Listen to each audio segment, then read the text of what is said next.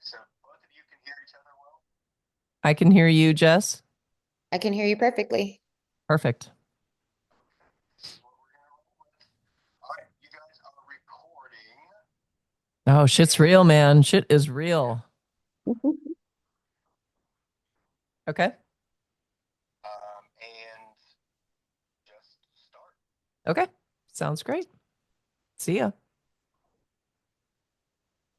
All right. Hold on just one second because I thought I turned the sound off on my phone before, but apparently it was not off.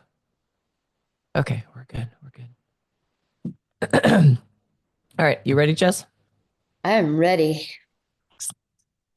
Okay. Well, welcome to All in Empowerment. I'm your host, Betsy Martell, and today I am joined by Jess Gold. Today's episode is From Arbitration to Ayahuasca, a journey of I can talk this morning, a journey of transformation with Jess Gold. I'm going to read something here, and this is so cool. I'm tender, I'm raw, I feel the love again, and it hurts so beautiful. These poignant words, penned by today's guest, Jess Gold, encapsulate the profound emotional landscapes she navigates. Jess's journey is nothing short of extraordinary. In her earlier life, she was a legal expert in international commercial arbitration, a whitewater kayaker, and a personal trainer. However, a personal health struggle with rheumatoid arthritis led her to explore nutritional therapy. I'm having trouble this morning, sorry. Ultimately guiding her to ayahuasca and the shamanic path.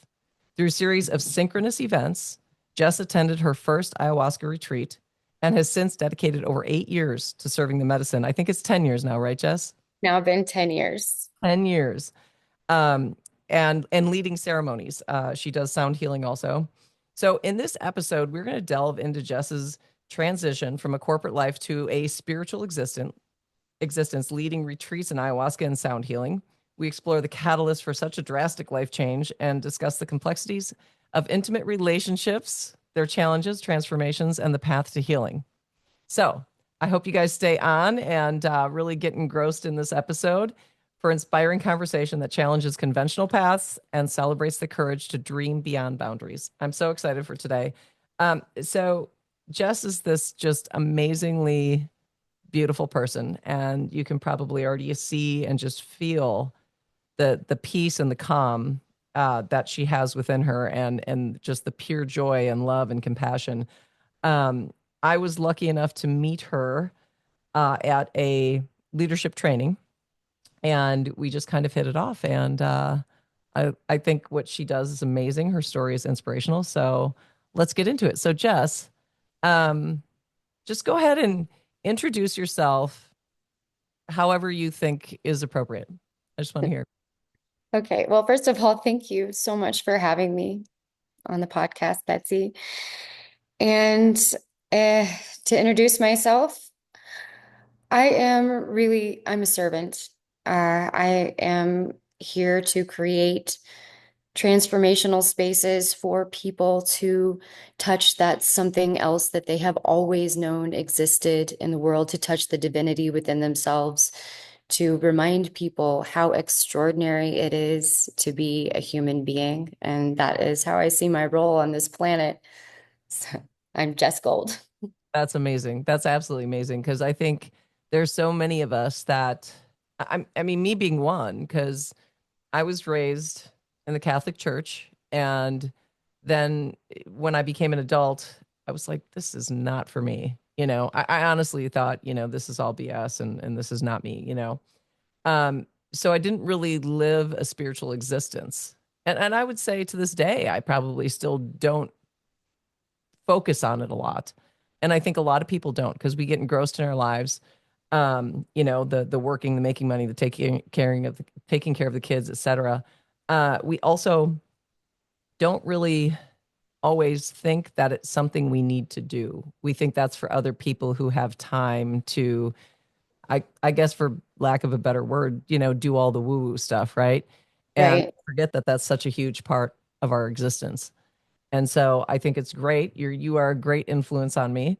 I have another friend who also is a spiritual counselor. So now I'm just being surrounded by him, and I think it's great. So tell us though that because you know talking about how we all get wrapped up in what we think society wants from us and what we think we should give it. That 4 year college, that, get a degree, get a job, work 9 to 5, no matter what. You did that for a while, correct? I did. Okay, so take us down that path. You started, well, take us from, just kind of your college and on, and tell me what influenced you to do what you did at that time. Okay, well, I have a very convoluted path. I have a very convoluted path. And I'll just start with when I was in high school, I was really more artistically oriented. I was in all the art classes and I found joy in the science classes too. But I struggled with that idea that, okay, I'm going to school to get a job, to make money, to pay for things. And I don't really see the purpose in that. I don't find the beauty in that. And so I was just up late one night, just thinking like, well, I'm artistic, but I also have these talents in science and writing, and I feel like I could have more impact on the world if I can put my artistic skills into a way that serves humanity or that helps people. Because I couldn't figure out like what can I do with art that will serve humanity, that will help people. And I was up late and I was watching TLC, and it was this show about Doctors Without Borders, and they were doing cranial facial surgery, like fixing people's faces. Like, wow. Well, that's amazing. I could put artistic skills and scientific skills together and become a craniofacial surgeon. So I delved into all the science classes and I got a scholarship to go to college and study genetics, which is where I started out. So I almost completed 4 years in genetics. And at the very last minute, I saved my political science for the very last core class that I needed to take. And when I took it, something inspired me about it. And I started learning about nuclear non-proliferation. And I got really fired up about that. What does that mean? It means like managing like nuclear weapons and taking them apart, like dismantling nuclear power, Okay. nuclear war power. Well, yeah, yeah. So, yeah, so I was like, okay, well, I'm going to change my major to international affairs and I'm going to go to law school and I'm going to study international law. So I did that. Really crazy switch right at the last minute. It's And I really ended up crazy going to law because school. Go the, ahead. yeah, I was just gonna say that's really crazy because the art almost is completely, I mean, other than maybe the art of arbitration, but art had been kind of taken out of the equation at that point. Do you think? Yeah. Okay. Yeah. I mean, I've always kind of had like a creative passion. So it went more into writing at that point. Okay. Rather than visual arts, I went more into the writing piece. Gotcha. Okay. Yeah, so I went to law school and I quickly discovered that what I wanted to do was international public law, but I quickly discovered that there's no enforcement mechanism and there's not a lot of need for lawyers in that field, and it really doesn't, it's like it's just pushing paper around. So I was like, okay, well, I'm in law school now. I've spent a lot of money to be here. I better finish it. So the golden handcuffs Yep. didn't feel like I could get out of it, even though I wanted to. So I ended up going to Turkey to do an international law study abroad. And we had different professors every day, different topics. And the one that was really interesting to me was international commercial arbitration. I was like, well, that's efficient. That works. That allows people from different countries to kind of make their own rules and agree to their own rules and have them, so that just takes a bunch of stuff out of the equation so that it's just more efficient and better for everybody involved. And it seemed interesting to me. So I asked that professor if he needed a hand for the rest of the summer, and he asked me for my resume. And he ended up hiring me, and I worked for him for about 7 months. He, it was like 80, 90 hours a week. And it was very interesting and dynamic, and it kept my brain engaged. But I realized at some point that I was spending a lot of time doing stuff that I just did not care about. And I thought I was going to explode. Yeah. So I was going to ask, how did that make you feel doing things that you just didn't care about and spending so much time doing it? Yeah, it's soul crushing. Mm-hmm. Soul crushing. Yeah, and you just kind of get up and you just dive into it, and then you try not to think about it, or that I tried not to think about it, and just, do it, because I'm like, okay, well, I have all these law school loans to pay back. And then one day my boss told me that he wanted me to get barred in England. He wanted me to get barred in New York. He wanted me to write a PhD, and he had this like 20-year plan for me. And I was shocked, because I thought I would just do it for a few years, pay back my loans, and like do something else. And then I had to tell him immediately, almost like, I can't do that. I can't do that. My soul, my heart will not allow that. And I really thought it was one of those pivotal crux moments in life, Yeah. where you have to make a big choice. It was an inflection point for me. And I really thought the world was going to explode. But it didn't. I So what, so basically you said, I can't do this. So how long did you stay on with him after 7 months. 7 months? Just 7 months. And in those 7 months, was the whole panic thing going on? Like, what am I going to do after this? Or were you trying to line up other jobs and, be in arbitration? Or were you just completely trying to find a different path at that point? Well, I was in it, so I was just not thinking about doing anything else, and I was going to stay for 3 or 4 years just to pay back loans. And it was at that moment that he told me he thought that I was the person to take on more, that I came to that just point of like, I can't do that. And I hadn't thought about doing anything else at that point. So I didn't have another job lined up. But what I did have was a passion to go kayaking. So I literally like finished up with working with him in Turkey, came back to the United States and bought a kayak and just went kayaking.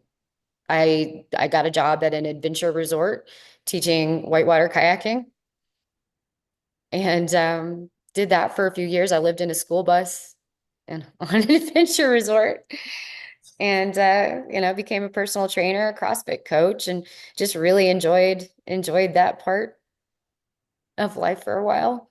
And it was really beautiful. It was a life where, I'm not spending a ton of money. It was just really simple. And being on the river was really like going to church for me. You just get into that flow state. Yeah. Yeah, and it's actually amazing how many parallels there are from running a river, kayaking on a river, to running a ceremony. It's very Yeah. similar in a lot of ways. Okay. Okay. So what, because there's a lot of people that would not do that, right? There's a Right. lot of people that wouldn't take that risk, right? Because you still had loans hanging over your head and you said, screw it. I'm going to kayak and personal train and live in a bus and live a simple life. And you still had those, you're still paying off your loans Mhm. or you're running from the people coming to get you for your money. I don't know. But Both variously. so, so what is it, do you think, that allowed you to do that? That where you found the strength to give up conventional life and just kind of throw caution to the wind and say, you know what, I'm just going to see if this works and see if I can make it happen. I think that there has just been this thread of destiny running through my heart my whole life. And I've just always listened to it. And whenever I veer off the path, it just pulls me right back in. And it's like it's almost like it's not a choice. I don't even think about it. It's like a gut reaction. Like, nope, I have to. There's no other choice. I will get sick. I will have some kind of demise if I don't pull the trigger on this risk right now. And I've had many points like that in my life. And it's like an impulse, but it comes from really, really deep. Yeah. Well, I think that's amazing because so many people don't listen to their gut, right? I mean, how many times? Well, and you've probably done it yourself where you haven't listened to your gut and then you're regretting it later. You're saying, "Oh my God, I should have listened to my gut." But so many people just fight that with their head. They listen to other people, right? There's a lot of people in our lives that love us and mean well, but they're going to tell us not to take a risk Yeah. because they're trying to help us not go through pain and hurt and struggle. And so they tell us to not take those risks and we listen to them and we forget our gut and we forget to be true to ourselves. So that's huge that you have that. So, but now you go into, you're doing this. Now you pivoted into ayahuasca because you got sick or you had, Yes, there's a sequence of events okay, that go led for me it. to ayahuasca. So, and it's interesting that you say this because I actually, when I was in law school, there was a point where I wasn't listening to my gut. I was listening to my head say, you have to finish this, even though I hated it. And it wasn't leading me in the direction that I originally sought was seeking by going there. So I stayed in law school way too long. And it's because of that, I believe that I did get sick. I started to get rheumatoid arthritis while I was in law school. And that's been the biggest challenge of my life, I believe, the Mhm. rheumatoid arthritis, because it was like towards the end of law school, it was like my eyelids weighed 1,000,000 pounds. It was so difficult to get up in the morning and my whole body would ache and I was just so exhausted. And yeah, I didn't really figure out what it was for a long time. Um, then I went to Turkey, did that. I was still back and forth, like it wasn't full blown yet. When I came back and I started doing the kayaking, it really got full blown. And they diagnosed me and took a while to find there none of the pharmaceuticals were really working for me until one. There was one, and it was an infusion that I had to go get. But it helped me be completely functional. So I could do everything. I could do the personal training, I could do the kayaking, which is amazing. Amazing that it could do that. Um, but my insurance changed. And that same medication, the only medication that worked for me, became $17,000 a year, which was not doable for me at that time. Yeah. Um, so my rheumatologist put me on a trial medication. And I'm like 27 years old at this point. That trial medication screwed me up in the most horrendous ways. One of the worst ways for me, being a young woman and in the fitness industry, was that it made me gain 30 pounds really very quickly. And I'm a 5'3". 30 pounds is terrible, terrible on me. So it was a little bit vanity that led me to um, I just quit the medication. I just quit cold turkey. It was another one of those heart pulse moments where I was like, I cannot do this anymore and I don't care what happens to me. Like this is a risk I must take because if I keep taking this medication, I'm gonna die. So I stopped taking it and I started on a diet that a bodybuilder friend had written for me. And it basically consisted of a gallon of water a day, fish, chicken, asparagus, spinach, and olive oil. And that's it. And I did this diet for 30 days. And halfway through, I started waking up at a normal time and like being able to get out of bed without being feeling really tired. And there was one morning, and it's before I had dreadlocks, I was washing my hair. I was like, wait a minute, this doesn't hurt. And then I was like pouring my coffee, like picking up, holding my coffee cup, didn't hurt my wrists, turning doorknobs, driving the car. I was like, wow, I'm feeling good. It must be all the water I'm drinking. That's what I thought. I thought it's got to be the water. Anyway, I Probably lost the I water. lost all the weight pretty quickly, like really quickly, because I stopped the drug and I was doing this diet, which unbeknownst to me at the time was ketogenic and a few other things. But anyhow, the I decided to celebrate on my birthday, so I had a beer and a piece of cake, and then I woke up the next day and I couldn't move like at all. My body was in extreme pain. But I was laying there in bed just smiling because I realized that I had control. That's amazing. Control. It's all I was like, oh, this is absolutely about what I'm eating. Is So, okay. So can we just stop there just for a second? Because, you know, I know that pharmaceuticals are needed for certain things, right? But does it not just drive you crazy that they just go strictly to pharmaceuticals and don't really address nutrition for a lot of ailments that are out there, especially these inflammatory ailments, putting you were basically on an anti-inflammatory diet, correct? Sounds like. yes, Okay. yes, So then you ate those inflammatories. You had the sugar and the sugar and the sugar that you had gluten. the night before. and and it sent you back, to where you started. And I just think that it's I hope that we're changing. I hope that we've, started to turn the corner where more people are looking at nutrition rather than strictly the easy pill, right? I pop a pill, I don't have to do any work because being on that diet's work, correct? Oh, yeah, Yeah. But when you went off of it and thought I'm going to have a cheat day, you paid for it. absolutely. Right. Yeah, and so then you knew, okay, well, I'm what I used to look at as being work and maybe being restrictive is now really what's propelling you in life and what's giving you joy. So it shouldn't actually even be looked at as work anymore.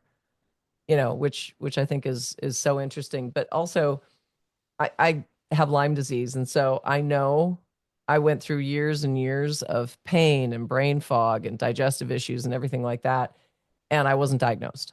And when I finally got diagnosed and they finally started treating me, it got worse before it got better during the treatment. And finally, one day I broke through. I felt good for a couple hours. But then I'd get bad again. And then the next day, maybe it was a little bit longer and et cetera. And so finally I got to a day where I felt great the whole day. And like that, first of all, the gratefulness, right, of just being able to do the simple things without pain or without being completely fatigued is just amazing.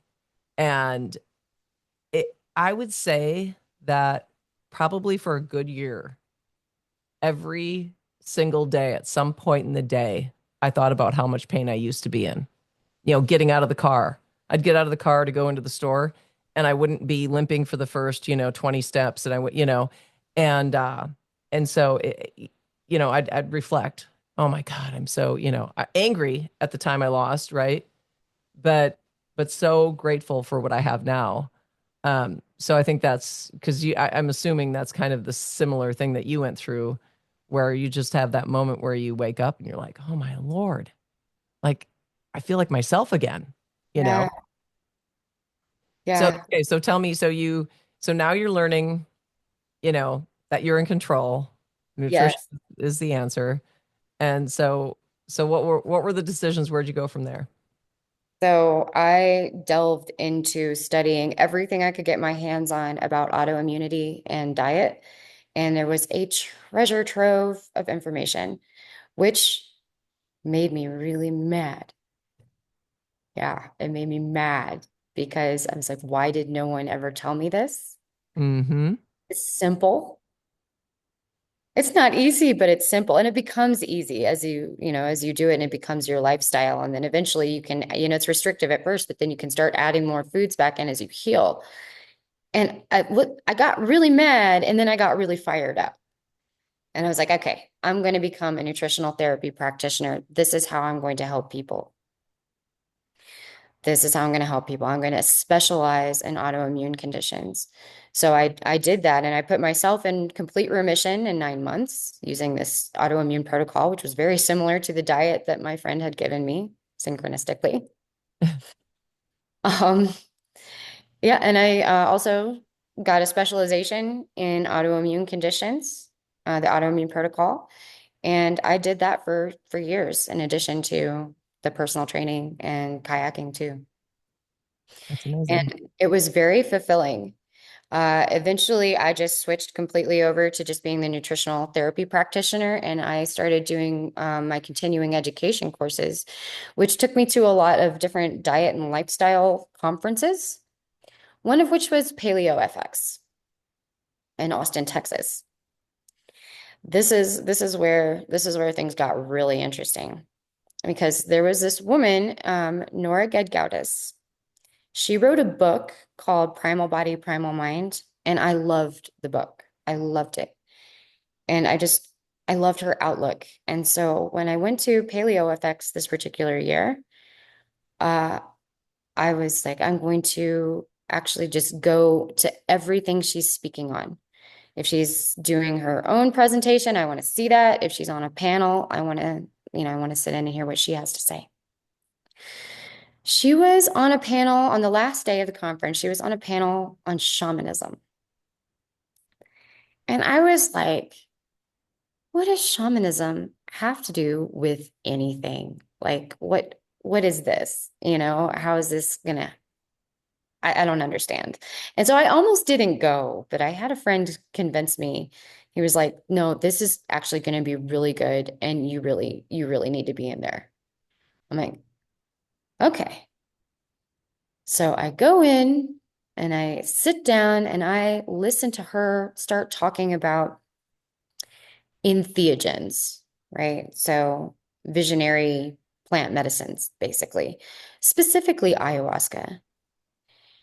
And she was saying, ayahuasca and other entheogens are like a missing nutrient in the human diet because it's part of your human birthright. It's part of being a human being to explore your consciousness and to explore spirituality. And every time I say that and remember it, I just get chills all over my body. When she said that in that room, and this isn't figurative, this happened, light shot up my spine, got really straight, and just all I could see was light. Like I closed my eyes and just light. And I just got chills up and down and up and down. What I now know is my central channel. um, and it was that literal light bulb going off in the head where, oh, I must go experience ayahuasca. So 6 months later, I went with three friends to the Redwoods in California to a 10-day retreat. And it blew my mind in ways I'm sure we'll discuss more. But that is how I found the medicine. Now, how does like I know I've seen a couple documentaries, but I don't really know how ayahuasca works, right? Um, I I know a little bit about psilocybin, how it kind of lights up the brain, back to when we were children, because God knows as adults we've made just major highways and there's no side streets anymore. Um, in the brain, if you were to take the brain and think of it as a roadmap, when we were kids, there were so many side streets lit up, right? We were just using our entire brain. And then as we grow and mature, we tend to use the same pathways over and over again. And so we just end up with huge interstates. Um, And there's so much more of our brain that we can still use as adults. It doesn't mean that that's it forever. Um, so does ayahuasca work similarly where it taps into a different part of the brain so that we can reach that, kind of higher consciousness? Yes, similar. Yes. And I'll just describe exactly what ayahuasca is Yeah, that'd for be great. the benefit of the listeners, because a lot of people don't understand exactly what it is. So ayahuasca is a brew that comes from the Amazon basin. And it comes from the combination of a vine, the ayahuasca vine, and a leaf called chacruna. So the vine contains MAOIs or monoamine oxidase inhibitors, and the leaf contains DMT, and chacruna contains NN-DMT. So the combination of those two molecules, or the enzyme and the DMT, allow you to orally ingest the DMT and have a longer experience, because like if you were to just smoke DMT, your body metabolizes it really quick. But the monoamine oxidase inhibitors inhibit that enzyme that breaks down the DMT. So you end up having a longer experience. So that's the scientific way that it works, and that's the physical part of it. But it really does, ayahuasca is an entity, is a spirit. And oftentimes people actually meet her. She's usually thought of as a feminine spirit, although some different cultures experience ayahuasca as more masculine spirit, but most of the time, very feminine. And what she does is opens up your consciousness and curates an experience of self-inquiry, basically, like going deep into who you are, what your purpose here is. And a lot of times that, those journeys can clear out the things that are holding you back, can bring things. So we store our subconscious in our body tissues. So ayahuasca also goes through the physical body and vibrates these patterns up to the surface to our consciousness so that we can look at these things deeply, experience them, and release them. So it can be also, beyond being a visionary medicine, it is also extremely somatic. Okay. Now, Can be what a very emotional experience, heart opening. that's what I was gonna kind of touch on because I me myself, I'm a little bit frightened to try ayahuasca. Okay. And I think a lot of people probably would be, kind of in the same boat with me. And also things that I've seen about ayahuasca, and of course, don't always believe what you see in documentaries or on TV, right? But that some people have terrible reactions, right? And there's somatic reaction is they're throwing up, they've got diarrhea, they're, having a really bad emotional response. So how would you speak to that? Is that something that's common? And you just, yeah, take me through that a little bit. So normally, for one of my retreats, my foundational retreat is 3 ayahuasca ceremonies, 3 nights in a row. A lot of times, the first night or the second night is going to be a tough experience. And what that is, it's not necessarily, I wouldn't call it like the body having a terrible reaction, because every single ceremony, every single experience is completely different. You can never know what's going to come up. So really what is happening there is that the negative energy is getting cleaned out of the body. Toxicity is being cleaned out of the body. So yeah, it is totally possible to purge, to go to the bathroom. And a lot of times that happens on the first night or the second night. So there's a common pattern, and the first night can often be just absolutely mind-blowing and beautiful and peaceful and loving. And then she's gained your trust. And then you come the second night and she's like, all right, now it's time to get down to business. So yes, you have to, in order to come to this experience, you have to be really willing to look at patterns that maybe you haven't wanted to look at, or things about yourself you don't want to see.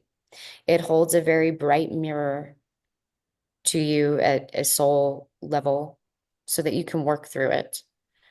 And she guides you. That's the beautiful thing about ayahuasca, and why it's so different from something like LSD that's synthetic and takes you to a psychedelic space, but there's no guide there.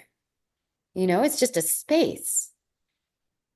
Ayahuasca takes you into a realm of, well, it can be meditative, it can be self-inquiry, it can be somatic, where your consciousness is flowing through your body and you're helping her clean out blockages. And oftentimes when you purge, you know exactly what you're purging. Oh, like, this is all the toxicity from my marriage, or this is all the toxicity from abuse I received as a child, or like your body is shaking and you realize that that's trauma being released from your tissues. And she tells you these things, like, she lets you know what it is. That's amazing. It is amazing. It's a dialogue. You can speak with her. It's pretty incredible. That's amazing. So that was going to be my next question for you, was if you go into it with resistance. Now, obviously, the name of the podcast is All In, right? So anything you do, you have to do all in. And so what you're saying is you come in with resistance. Will you get some results, but just not, where you need to go? And I hate to call it results. I guess that's but best way to describe it. And it's better to go in completely open-minded, completely all in, wanting to be there, not because somebody told you to be there. But it's okay, I guess, to come in maybe with a little bit of fear, that kind of resistance, just because you don't know. It's the unknown, right? Right. I would actually say that fear is maybe not fear, but respectful fear Yeah. is it's appropriate. This is this is not spiritual entertainment. This is a sacred transformational space, not to be taken lightly.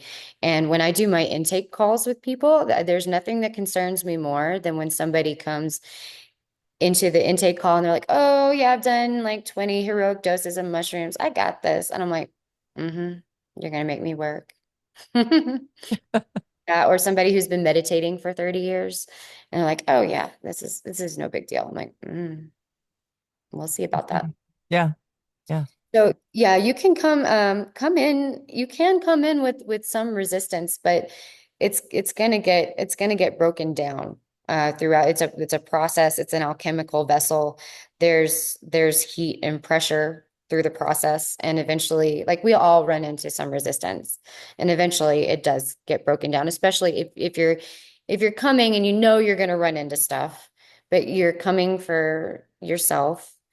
Again, you're not coming because anybody told you, and you're not coming because you're chasing some kind of peak experience. You're actually coming to the self-inquiry.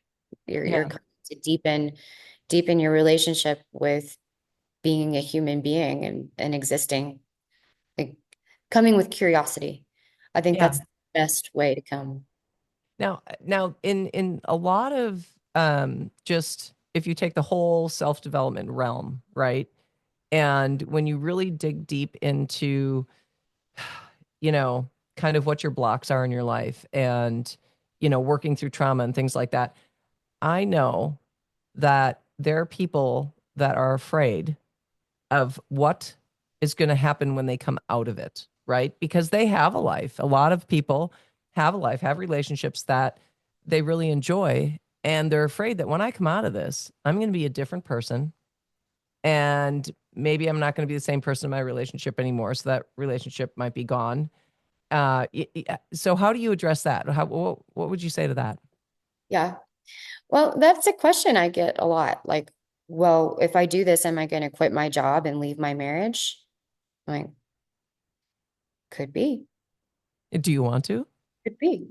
Yeah. And then the fact that you're asking that question is really interesting also. Mm-hmm.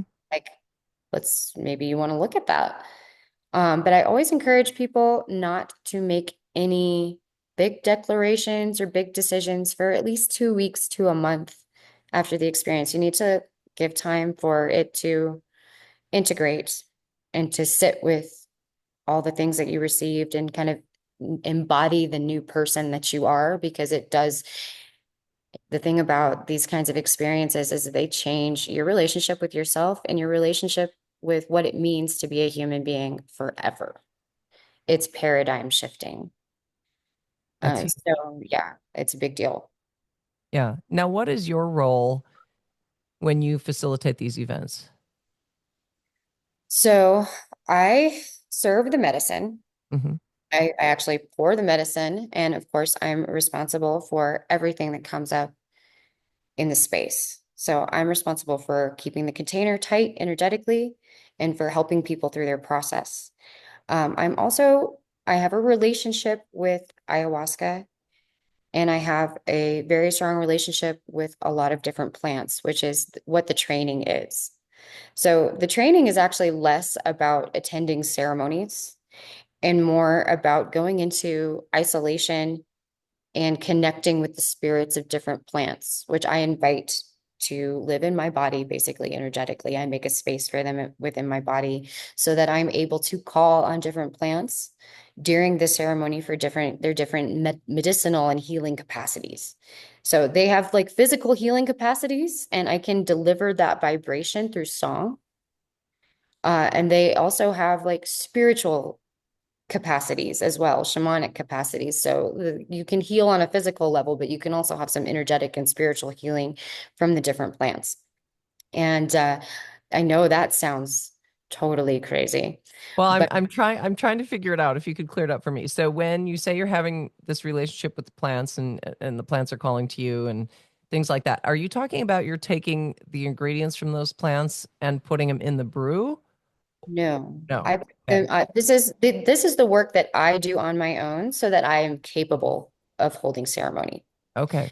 So I go into the jungle, I go into isolation, and I drink a very potent tea made of tobacco and a plant and various plants that my teacher gives to me. Sometimes I diet myself as well. Sometimes I serve myself, but a lot of times I go and I work with my teacher, and he gives me this brew made of tobacco and whatever plant he thinks is going to be most helpful for my capacities.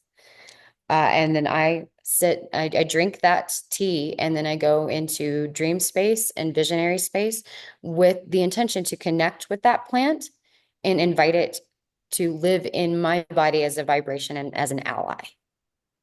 And when do you do this in relation to the ceremony that you're facilitating?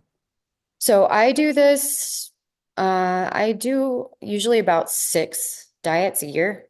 Okay. So I go down to Peru, usually 3 or 4 times a year to do that, and also to make my own medicine. Okay. Okay. And then, so yeah, that was going to be another question of mine is the medicine that you get, are are you able to bring it? I don't know, like, is it legal, illegal? Can you bring it back on the plane with you? Is it shipped to you? Because obviously we don't have it here in the United States. We should probably not talk about that. Okay. So anyway, moving right on, we're going to take that part Okay. right out. Okay, cool. Just moving right along then. So okay, so tell me, so you do these retreats, you're doing one this weekend. Mhm. Okay. And is there a certain space that you create for it? Yes. So I clear out a room and I seal it. I use sage and sometimes tobacco, depending on the space that I'm in, if it's allowed. But I use sage to seal and clean the space of any energies that were previously in the space. I make offerings to the land with tobacco, and I ask for permission to do the work, because oftentimes there are local spirits on any kind of land, and you want to have their permission. So once the space is clear and everybody's here, like I set up an altar, everybody's here. I seal the space again energetically with Palo Santo or sage. And then I call in the directions and I create a container. Once we get the ceremony started, I line the perimeter of the space with the protective aspect of trees that I have dieted.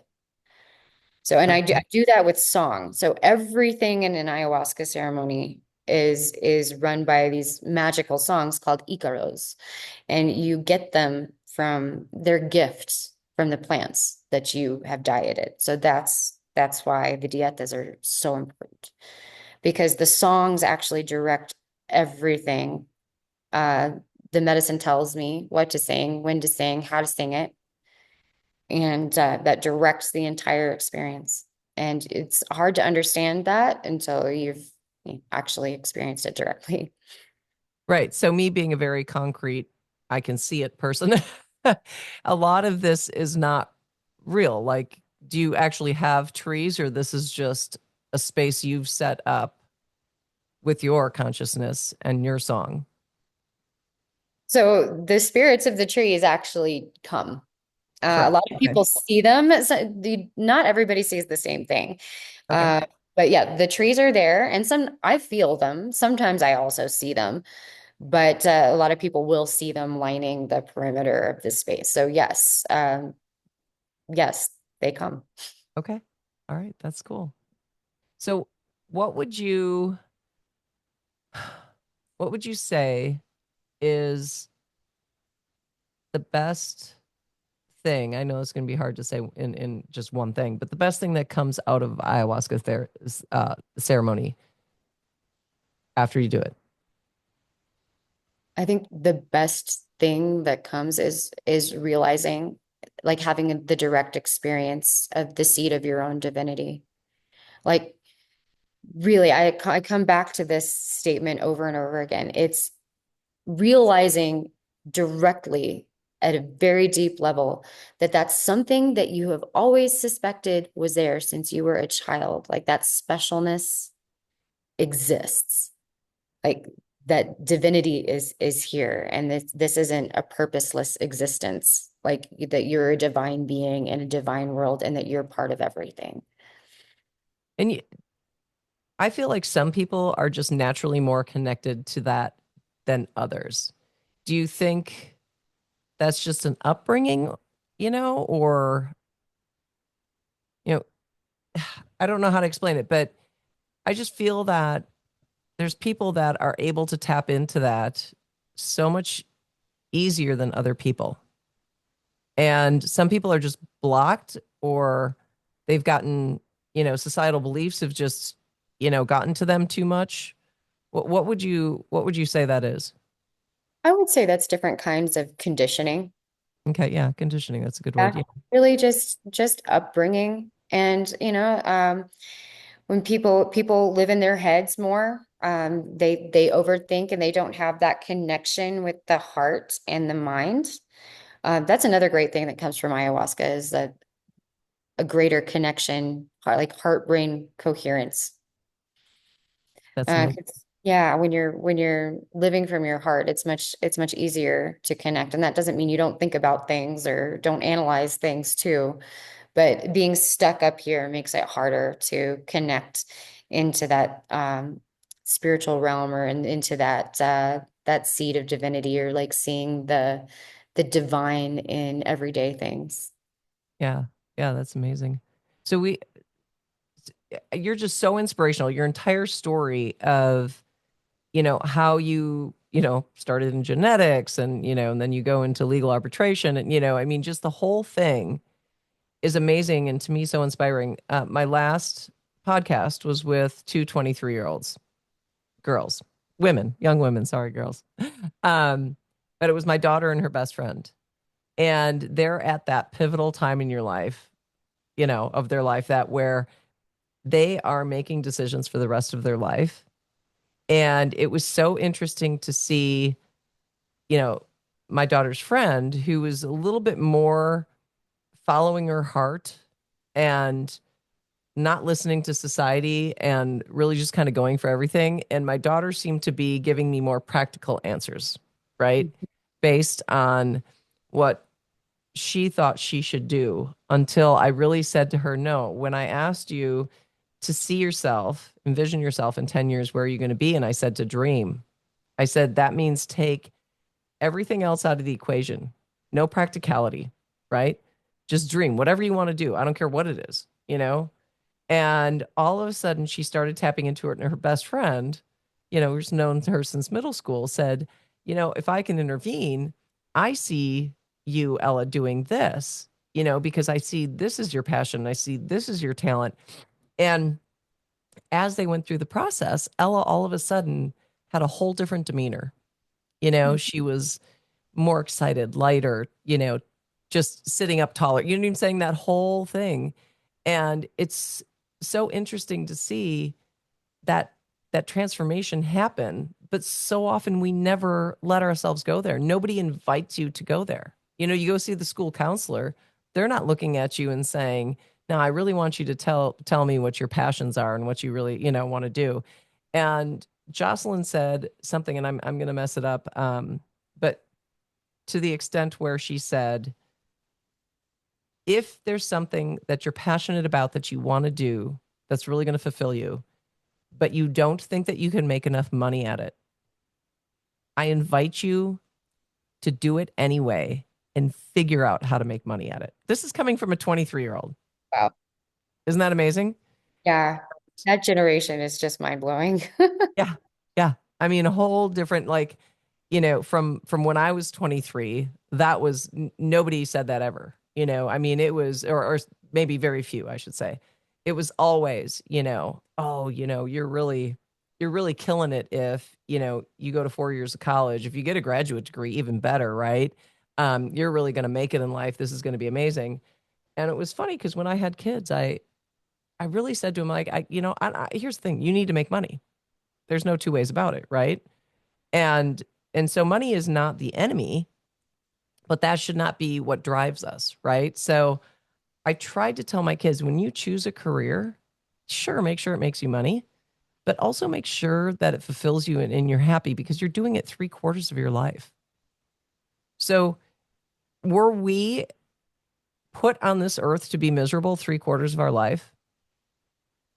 No, Yeah. absolutely not. There's no way that I believe that that was the intent, was for us to just go through the motions, be miserable most of the time, find joy in little bits and pieces, and then just expire one day. I don't think that's what we were meant to do. So I think your story is so inspirational because you went after it against all odds, right? You had mountains of debt, I'm sure. Yeah. And most people would have said, "Oh, I'm staying in this terrible job until at least I pay most of it off, and then maybe I'll think about it." But I think a lot of times, and did you get, I guess that's the other question I have for you. Did you get any pushback from friends or family when you decided to kind of quote unquote go off the rails? No, That's amazing. I didn't. I came home from my first retreat and my mom looked at me and she goes, "Oh, that was good for you."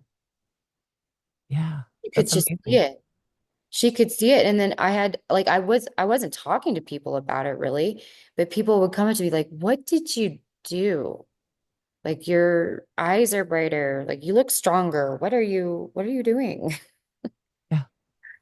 And Yeah, so that's but how great was it for you? Like, we talked about that upbringing, and how people are more open, to looking into these things and taking leaps of faith if that's the way they're raised. And I think you just said it right there. If your mom was willing to look at you and see the difference rather than, kind of put up a wall and not see it, right? Because there's a lot of parents that would have just been like, I don't care what she does. She went off the rails. She's not doing the conventional thing, and I'm just not going to see any greatness in her. So she was willing to see that change and that greatness, which is amazing. yeah, well, I do have to say that I was very blessed and set up for this because I was raised in non-dual Shiva Tantra. So that's And like we went to an ashram, meditated we had a guru from the city yoga lineage. And I was taken to the ashram every summer from 4 years old to 14 years old. And so I had an upbringing in meditation. what did your parents do for a living? My dad was a chiropractor. Okay. And funny enough, my mom was actually a pharmaceutical rep for a while and a physician's assistant for a while. And then when my dad opened his own chiropractic practice, they just worked together there. Oh, that's fantastic. Yeah. So they were a little bit in that healing realm already, which is cool. That helps. Yeah. So okay, so let's touch briefly, because I don't want to keep you too long, but let's touch briefly on relationships. You are getting out of a relationship, correct? Yes, Yes. I've been in a long divorce process. Yes. Yeah. Been separated for 2.5 years now. Yeah. Now, and there's so many people out there. I went through divorce, and I'm been dating almost 6 years now. Uh, the guy that I'm with. So there's there's a loss that happens, I believe, when you go through a divorce. Almost like a death, a grief. And then there's the how do I come out the other side? How do I trust myself and to find a healthy relationship? Things like that. So what's been your experience with that? Well, the relationship itself was really interesting. And I think it comes back to self-worth, because that relationship was really also a big part of my destiny. It was one of the challenges and one of the obstacles that exposed me to what I am actually capable of. And kind of the relationship kind of bullied me into discovering my own power and my own self-worth. So I know that that relationship was really necessary, but I do think that there was a very deep self-aggression in me that attracted that relationship to me. And it was through that crucible of, like what kind of treatment do I permit? Do I allow? Up to what point do I accept this? Mm-hmm. And man, it took me years after I already realized that I could not handle it anymore. I still stayed. And it was again one of those like just really intense inflection points where I decided, no, I am a powerful woman and I am worthy of love. I'm worthy of love.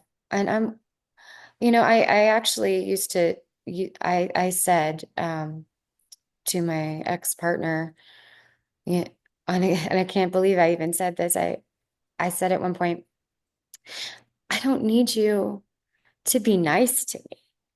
I just need you to not be mean to me. Yeah. Like, wow. That- And that I would accept that. Right. Like talk about selling yourself short. Yeah. That so you were just willing to just take the bare, minimum. Yeah, I was for a while and it just, it didn't really improve, didn't really get better. And it was just kind of one day. I had actually asked for a divorce a few times and it was like, no, we're gonna work it out. No, we're gonna work it out. And then finally, uh, we were in a place where we were moving anyway, and we're just like, you know, let's actually just not be together. Yeah. And it's hard when you have a family because we have a son together.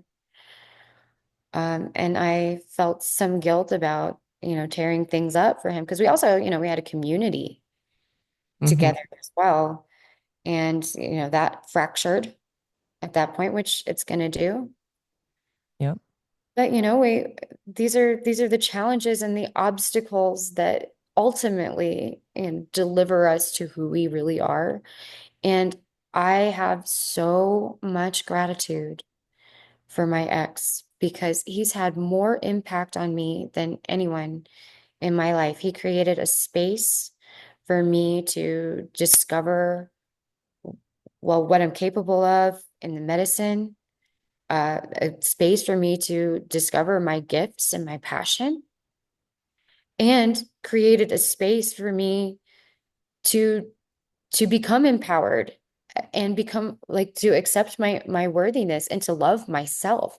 I learned how to love myself through that relationship, and I would never erase it. I would never take it. Yeah. Yeah. It's amazing. For me, a turning point was when I realized that I can't even talk about it in terms of victim. He didn't do that to me. This marriage didn't do this to me. I allowed it to happen. Right. And that's where you find your empowerment is, you know, I allowed this to happen. Playing the victim is never going to get you anywhere. It's never going to heal things at all. I too am very grateful for a lot of things that happened in my relationship. I wouldn't be the person that I am today. I wouldn't have had the experiences that I had. I wouldn't have my four beautiful children. And that guilt that you feel, breaking up the family unit, giving up on a commitment, right? Um, I think it's best viewed as coming out of it allowed me to have a happiness and empowerment that is going to reflect better on my children than had I stayed in and been unhappy. Because at one point, I literally had shut myself down where Yes. I just didn't feel anything anymore because it was the only way I could exist. I didn't want to be sad anymore. I didn't want to be mad anymore. All those things. So I didn't, want to be resentful. I just wanted to be numb and just kind of just glide through it. Again, that mediocrity that I'm going to settle for less, but I stayed in my commitment, right? I stayed. And so that's good, right? And I'm not saying that you should just give up on your marriage, but you really need to go through a process to realize what's going to be best for you. And we went through the same process that you did, where, asked for divorce, tried to get back together, tried to go to counseling and do all that stuff. And ultimately, in the end, it just wasn't working. And it was best for me and for the family to move on. And it's heartbreaking. I found 2 years after the divorce that I went through this terrible grief process. Really surprised me. Came out of nowhere. I was crying almost every day. And I went to my best friend who she got divorced a few years before me. And I said, I think I'm going crazy. I said, I, I'm crying over the divorce. And I said, I don't want to be back, married to him or be back in that situation. I said, I'm happy where I'm at. I'm really happy. Like everything is going great. And yet I find myself crying over this almost every day. And so we talked about it a little bit and I said, I am mourning the loss of my family, right? Of that unit, of that feeling of being a family. And she looked at me and she said, "You're not crazy." She said, "I went through the same exact thing." I was like, "Really? Like 2 years after?" And she said, "Yeah, about that time." And it's funny because my attorney had told me, very wise woman, she said, "Don't commit to another relationship until 2 to 2.5 years after the divorce occurs." And I was like, "What? Like, what is that based on?" And she'd been a divorce attorney for many years, and she was wise beyond her years. And so I'm glad that I listened to her so that I could go through that process and come out the other side and be in a healthy relationship then. But it's amazing all of the growing that you go through after your divorce if you do it the right way and you process it and you let yourself process it.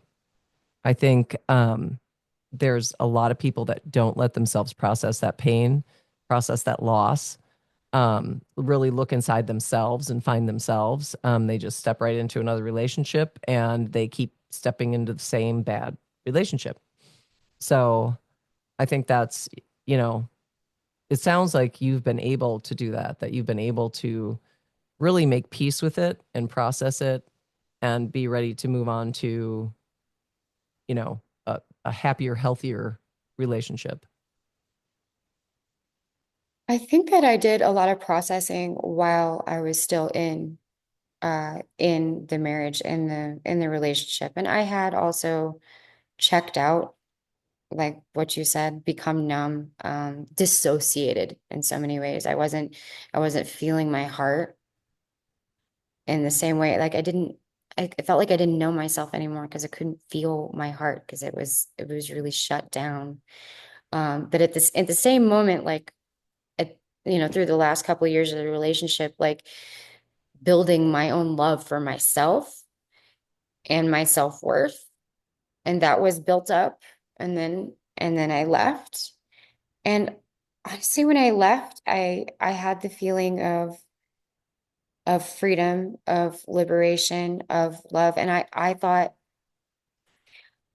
this is great. I don't actually ever need another relationship. I'm really happy just on my own, just being Bodhi's mother, just serving medicine. I will be married to the mystery, and that's okay with me. If I never have another partner for the rest of my life. Um, what's cool about being in that space, though, about being whole and complete with yourself, is that that's when you attract beautiful people into your life for love and relationships. And I did have, uh, 7, 8 months after I left the marriage, I did meet somebody very unexpectedly, and had a huge heart opening in that moment where I was like, well, wow, I'm whole with myself. And it's not that I need a relationship for anything. This is just a beautiful being, and we can be in relationship together, and not and really see each other heart open and hold each other up. And I don't feel I don't feel at all trapped by it. You know what I mean? Yeah. Like it's not it's very flowing, very beautiful. Um yeah. So yes, I do have a relationship in my life, but it does feel so healthy because I feel like he truly sees me, sees my heart, feels it, sees my value and contribution to the world. And I see the same in him. And it's a beautiful flow. Yeah, that's amazing. Yeah, it's funny because people ask you that, what was that moment in time where you decided that you were going to get divorced? How long ago was it? And I said, there's no really one, I can pick a couple instances where I thought to myself, I'm done. This is it, straw that broke the camel's back. But and there were different instances. There was like instances of pain and where I had been let down and where I'd been disrespected. But then there were other instances where it was somebody literally looked at me and said, when you walk into a room, you light up the room. And I thought, I don't do that in my own house anymore. I don't do that when, you know, my husband walks through the door. And so it was somebody actually giving me a compliment who was seeing me at my best for who I could be that really was an eye opener too. Was like, wow, well, that's where I should be. That's where I should be with him. That's where I should be all the time. And so there were so many different things that had happened along the way that helped me make that decision. I, I think people want it to be more cut and dry and easy to see, especially if they're in a challenging relationship. They want that big sign that says, "Hey, it's time to go," and it doesn't happen. It's a lot of soul searching. It's a lot of trial and error. And it's probably one of the most difficult things that you'll do in your life is go through divorce. I think it's when it's funny when we were at that leadership training together, you and I, Jess, and they ask you, to think about what are some of the most painful moments in your life. And I would have to say, telling my kids, that we were getting divorced was one of the more painful moments of my life. And again, it is because we feel like we're ripping their world apart and and just completely almost, what do I say, taking their safety net away. We create family, and that family is a safety net. It's their comfort zone. It's, when done in the correct way, right? And when you say, well, now we're going to just completely split that apart, it's like they just went falling down to the ground with nothing to catch them. And it was heartbreaking to watch. And it was, I just had to keep telling myself, this is going to be for the best in the end. It's going to be for the best in the end. Um, but a really interesting thing is that I don't know how many years. Let's see, we got divorced in 2016. So not too long ago, I got all my kids together. They're all adults now. The youngest one's 21, the oldest one is 30. And I said, let's have a family meeting. And this is not me. I am not this type of person, right? Like, I don't, get together and have, let's talk about our feelings Mhm. type of conversations with my kids. But through all this leadership training that I've been doing, I have learned that I need to do more of that. I need to really get curious about what's going on in people's lives instead of keeping it at the surface. And also, I have to stop burying things that are bothering me, that I need to talk about them and I need to figure it out. Not to make up stories in my head, not to, oh, well, when they said that, that's what they meant. And I'm just going to, maybe be angry about it or hurt by it for a little while. And then I'll just move on without confronting it. So, got together with my kids and I thought it was going to be just, me talking and them listening because they were kind of like, gonna, in my head, this is a story I told myself that they're going to walk in and be like, Mom, this is so stupid. I can't believe we're doing this, right? And it was really just an amazing, beautiful night of being able to put things on the table and have discussions as a family about difficult things and realizing that we're all going to be fine afterwards, that this is not going to break us, that we can, look at each other and say, I feel like you betrayed me. I feel like you disrespected me. And to really just put it out there so that we can all talk about it and we can work it out and realize what we need from each other as far as communication and actions and things like that. Because a lot of times you don't have any idea that your actions or your words had an effect if that person keeps burying it and just, taking it. And, so it was really, really a cool moment. And I think that's all part of the healing process in the Mhm. divorce. I mean, even all these years later, um, because we did talk about the divorce and it was something that we never really talked about. And it was really cool. I was, again, after after I called the meeting, I was like, what am I doing? And I was so scared going into it. Just, I don't know what's going to happen tonight. And I don't know. And I also didn't know how I was going to show up. I was afraid. Am I going to, all those things that block me, all those, self doubts and things, are they going to come up and I'm not going to say anything that I want to say? And I'm going to gloss over things like I usually do and try to make everybody happy, be the people pleaser. Um, and, uh, and it wasn't that at all. And I think it was a group effort of everybody kind of came to the table ready to talk and to be open. And that was really cool. So, anyway, I don't know how I got off on that tangent, but it was just a beautiful moment of healing from a divorce. So I thought I would share it. Well, it comes back to that feeling of rawness and openness, like the quote that you read at the beginning. Yes. I'm raw, I'm tender, but I feel love and it hurts so beautiful. Like having that tender spot open and available, it actually when you're talking to other people and you feel that tenderness, even if it's a little painful, it helps them to open their hearts too. There's like a heart entrainment that happens and then like all the feelings can pour out. And if it hurts, it's working, right? Right. I If you're think feeling something, it's working. Yeah. yeah.